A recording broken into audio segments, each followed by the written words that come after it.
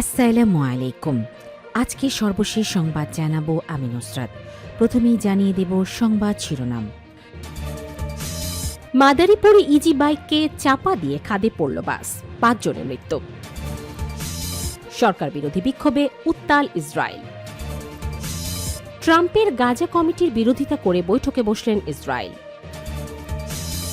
সর্বশেষ জানাবো, বাংলাদেশের দাবি না মানলে বিশ্বকাপে খেলার সিদ্ধান্ত পুনর্বিবেচনা করবে পাকিস্তান। শিরোনাম শুনলেন, এবারে বিস্তারিত। মাদারীপুরের ইজি বাইককে চাপা দিয়ে খাদে পড়ল বাস, 5 জনের মৃত্যু। মাদারীপুরে নিয়ন্ত্রণ হারিয়ে ইজি বাইককে চাপা দিয়ে খাদে পড়েছে একটি যাত্রীবাহী বাস। এই ঘটনায় 5 জনের মৃত্যু হয়েছে। রোববার 18 জানুয়ারি বিকেল 5:30টার দিকে ঢাকা বরিশাল মহাসড়কের মাদারীপুরের মোস্তফাপুর মিল গেইট এলাকায় এই দুর্ঘটনা ঘটে। মাদারীপুরের মোস্তফাপুরের হাইওয়ে থানার ভারপ্রাপ্ত কর্মকর্তা ওসি মামুন আল রশিদ এই তথ্য নিশ্চিত করেছেন। তাৎক্ষণিকভাবে নিহতদের পরিচয় জানা যায়নি। সরকার বিরোধী বিক্ষোভে উত্তাল ইসরায়েল। ইসরায়েলের প্রধানমন্ত্রী বেনিয়ামিন নেতানিয়াহু ও তার সরকারের বিরুদ্ধে দেশজুড়ে বিশাল প্রতিবাদ সমাবেশ ও বিক্ষোভ অনুষ্ঠিত হয়েছে। শনিবার 17 জানুয়ারি সন্ধ্যায় হাজার হাজার মানুষ তেল আবিবের হামিমা স্কোয়ার সহ দেশের বিভিন্ন প্রান্তে রাস্তায় নেমে আসেন। বিক্ষোভকারীদের প্রধান দাবি ছিল গাজায় হামাসের হাতে নিহত শেষ জিম্মি রান গোভিলির মরদেহ ফিরিয়ে আনা এবং 2023 সালের 7 অক্টোবর হামাসের হামলার ঘটনায় একটি স্বাধীন রাষ্ট্রীয় তদন্ত কমিশন গঠন করা। টাইমস অফ ইসরায়েলের এক প্রতিবেদনে জানানো হয়েছে, বিক্ষোভকারীরা বর্তমান সরকারের বিচার বিভাগীয় সংস্কার পরিকল্পনারও তীব্র বিরোধিতা করছেন। নিহত জিম্মি রান গোভিলের নিজ শহর মেইতারে একটি বিশেষ সমাবেশের আয়োজন করা হয়, যেখানে রানের বাবা মা মার্কিন প্রেসিডেন্ট ডোনাল্ড ট্রাম্পের প্রশাসনের কঠোর সমালোচনা করেন। তারা অভিযোগ করেন, ট্রাম্প প্রশাসন জিম্মি মুক্তির প্রথম ধাপ পূর্ণাঙ্গভাবে সফল হওয়ার আগেই গাজা পুনর্গঠনের জন্য বোর্ড অফ পিস গঠন ও দ্বিতীয় ধাপের কাজ শুরু করতে তাড়াহুড়া করছে। রান গোভিলির বাবা ইতজিক এবং মা ত্যালিক এক বিবৃতিতে প্রশ্ন তোলেন, হামাস যেখানে তাদের সন্তানকে ফিরিয়ে দিতে অস্বীকার করছে, সেখানে কিসের ভিত্তিতে শান্তি ও পুনর্গঠনের কথা ভাবা হচ্ছে? তারা মনে করেন, হামাসকে চুক্তি পালনে বাধ্য না করে গাজা পুনর্গঠন করা মানে ইসরায়েলের জাতীয় নিরাপত্তাকে ঝুঁকির মুখে ফেলা। তেল আবিবের প্রধান সমাবেশের প্রাক্তন প্রতিরক্ষা মন্ত্রী ও আইডিএফ এর প্রধান মোশে ইয়ালন বর্তমান সরকারকে দুর্নীতিবাজ ও মেসিয়ানিক হিসাবে অভিহিত করে তীব্র আক্রমণ করেন। তিনি নেতানিয়াহু সরকারকে ইরানের বর্তমান পরিস্থিতির সঙ্গে তুলনা করে বলেন, ইসরায়েল কোনো বাহ্যিক অস্তিত্ব সংকটে নেই, বরং অভ্যন্তরীণ সংকটে জর্জরিত। ইয়ালন অভিযোগ করেন, সরকারের চরমপন্থী মন্ত্রীরা ইরানি শাসনের মতো প্রতিবাদকারীদের দমন করার মানসিকতা পোষণ করছেন। বিক্ষোভকারীরা ব্যানার ও প্ল্যাকার্ডের মাধ্যমে 7 অক্টোবরের ব্যর্থতার জন্য রাজনৈতিকভাবে নিয়োগকৃত তদন্ত কমিটির পরিবর্তে নিরপেক্ষ বিচারিক তদন্তের দাবি জানান। মেইতারের সমাবেশে শত শত মানুষ উপস্থিত ছিলেন, যাদের মধ্যে রান গোভিলির স্কুল ও সেনাবাহিনীর বন্ধুরা ছাড়াও ফিরে আসা কয়েকজন জিম্মি ও তাদের পরিবারের সদস্যরাও ছিলেন। জিম্মি দশা থেকে মুক্ত হওয়া রুমি গোনেনের মা মেইলাভ লেশেম গোনেন আবেগঘন কণ্ঠে জানান, 7 অক্টোবরের হামলার সময় রান ও তার অন্য রক্ষীরা তার মেয়েকে বাঁচাতে জীবন বাজি দিতে লড়াই করেছিলেন। বিক্ষোভকারীরা ঐক্যবদ্ধভাবে এই বার্তা দিয়েছেন, যতদিন না শেষ জিম্মি ফিরে আসছেন এবং সরকারের ব্যর্থতার স্বচ্ছ বিচার হচ্ছে, ততদিন রাজপথ ছাড়বেন না তারা। সূত্র টাইমস অফ ইসরায়েল। ট্রাম্পের গাজা কমিটির বিরোধিতা করে বৈঠকে বসলেন ইসরায়েল। ইসরায়েলি প্রধানমন্ত্রী বেনিয়ামিন নেতানিয়াহুর হোয়াইট হাউস কর্তৃক গাজা বিষয়ক একটি উপদেষ্টা কমিটির সদস্যদের নিয়ে আপত্তি জানিয়ে রোববার 18 জানুয়ারি তার ক্ষমতাসীন জোট শরিকদের সঙ্গে একটি জরুরি বৈঠক ডেকেছেন। মার্কিন প্রেসিডেন্ট ডোনাল্ড ট্রাম্পের যুদ্ধ বন্ধের 20 দফা পরিকল্পনার অংশ হিসাবে সম্প্রতি গাজা এক্সিকিউটিভ বোর্ড গঠনের ঘোষণা দেওয়া হয়, যা মূলত একটি বৃহত্তর বোর্ড অফ পিসের অধীনে কাজ করবে। এএফপি এবং বিভিন্ন আন্তর্জাতিক সংবাদ মাধ্যমের প্রতিবেদনে বলা হয়েছে যে এই কমিটির সদস্যদের বিষয়ে ইসরায়েলের পূর্ব সম্মতি নেওয়া হয়নি বলে দাবি করেছে নেতানিয়াহুর দপ্তর। নেতানিয়াহুর কার্যালয় থেকে শনিবার রাতে দেয়া এক বিবৃতিতে জানানো হয়েছে যে বোর্ড অফ পিসের অধীনস্থ গাজা এক্সিকিউটিভ বোর্ডের গঠন সংক্রান্ত ঘোষণাটি ইসরায়েলের সঙ্গে সমন্বয় না করেই দেয়া হয়েছে, যা তাদের বর্তমান নীতির পরিপন্থী।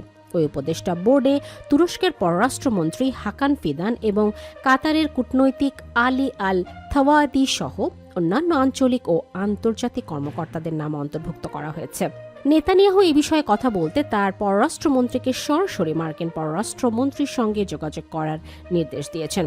ইসরায়েল কেন এই কমিটির বিরোধিতা করছে তার সুনির্দিষ্ট কারণ ব্যাখ্যা না করলেও যুদ্ধ শুরু হওয়ার পর থেকেই তুরস্কের সঙ্গে ইসরায়েলের সম্পর্কের চরম অবনতি ঘটেছে এবং গাজায় যুদ্ধ পরবর্তী যে কোনো প্রক্রিয়ায় তুরস্কের ভূমিকা নিয়েও তেল আবিব বরাবরই কঠোর আপত্তি জানিয়ে আসছে। মার্কিন প্রেসিডেন্ট ডোনাল্ড ট্রাম্প তার শান্তি পরিকল্পনায় তুরস্কের পররাষ্ট্রমন্ত্রীকে উপদেষ্টা বোর্ডে রাখার পাশাপাশি তুর্কি প্রেসিডেন্ট রিসেপ তাইয়েফ এরদোয়ানকেও মূল বোর্ড অফ পিসে যোগ দেওয়ার আহ্বান জানিয়েছেন। নেতানিয়াহুর লিকুদ পার্টির মুখপাত্র জানিয়েছেন, রোববার স্থানীয় সময় সকাল 10টায় জোটের নেতাদের বৈঠকটি শুরু হওয়ার কথা রয়েছে। লিকুদ ছাড়াও এই জোটে অর্থমন্ত্রী বেজারেল স্মোট্রিচের নেতৃত্বাধীন রিলিজিয়াস জায়নিস্ট পার্টি এবং জাতীয় নিরাপত্তা মন্ত্রী ইতামার বেন গভিরের ওতজমা ইহুদিত জুইশ পাওয়ারের মতো কট্টরপন্থী দলগুলো রয়েছে, যারা গাজা পুনর্গঠনে অন্য দেশগুলোর হস্তক্ষেপের বিরোধী।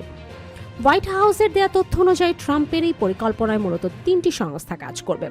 ট্রাম্পের সভাপতিত্বে বোর্ড অফ পিস, গাজা শাসনের জন্য ফিলিস্তিনের টেকনোক্রেট কমিটি এবং পরামর্শদাতা হিসাবে গাজা এক্সিকিউটিভ বোর্ড। ইতোমধ্যেই ফিলিস্তিনের টেকনোক্রেট কমিটি শনিবার কায়রোতে তাদের প্রধান বৈঠক সম্পন্ন করেছে। এদিকে যুক্তরাষ্ট্র চলতি সপ্তাহে জানিয়েছে যে গাজা যুদ্ধবিরতি পরিকল্পনাটি দ্বিতীয় পর্যায়ে প্রবেশ করেছে, যেখানে অস্ত্রবিরতি বাস্তবায়নের পর এখন হামাসের নিরস্ত্রীকরণের উপর গুরুত্ব দেওয়া হচ্ছে। কূটনৈতিক এই টানাপোড়েনের মধ্যে নেতানিয়াহুর জোট সরকার ট্রাম্পের পরিকল্পনার উপর কতটুকু আস্থা রাখতে পারবে তা নিয়ে এখন বড় ধরনের প্রশ্ন দেখা দিয়েছে। সূত্র আরব নিউজ। বাংলাদেশ দাবি না মানলে বিশ্বকাপে খেলার সিদ্ধান্ত পুনর্বিবেচনা করবে পাকিস্তান।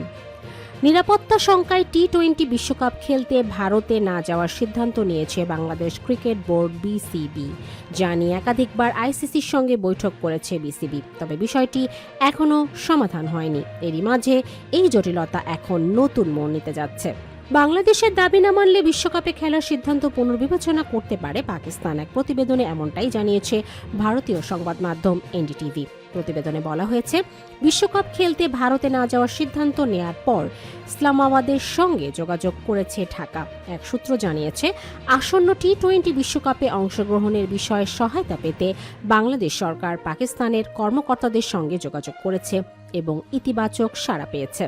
সূত্রটি আরও জানিয়েছে, বাংলাদেশের সমস্যা সমাধান না হলে পাকিস্তান তাদের বিশ্বকাপে অংশগ্রহণ করার সিদ্ধান্ত পুনর্বিবেচনা করতে পারে। বাংলাদেশের ভেন্যু সমস্যার সমাধান করতে শনিবার 17 জানুয়ারি বিসিবির সঙ্গে বৈঠক করতে ঢাকায় আসেন আইসিসির ইন্টিগ্রিটি ইউনিটের general manager Andrew F grave. বিকালে বিসিবির সঙ্গে বৈঠক করেন তিনি। এই বৈঠকে অনলাইনে যুক্ত হয়েছিলেন আইসিসির ইভেন্টস অ্যান্ড কর্পোরেট কমিউনিকেশন বিভাগের জেনারেল ম্যানেজার গৌরব সাক্সেনাও। ভিসা না পাওয়ায় বৈঠকে সরাসরি যোগ দিতে পারেননি তিনি। আইসিসির সঙ্গে বৈঠক শেষে ভারতে না সিদ্ধান্তে অনড় রয়েছে বিসিবি।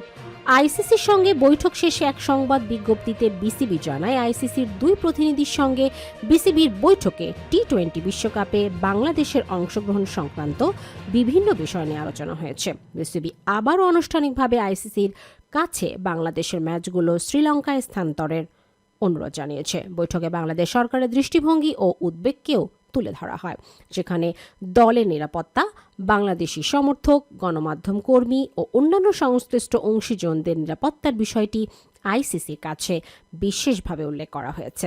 এই বৈঠকে আয়ারল্যান্ডের সঙ্গে বাংলাদেশের গ্রুপ পরিবর্তনের বিষয়টি আলোচনা হয়।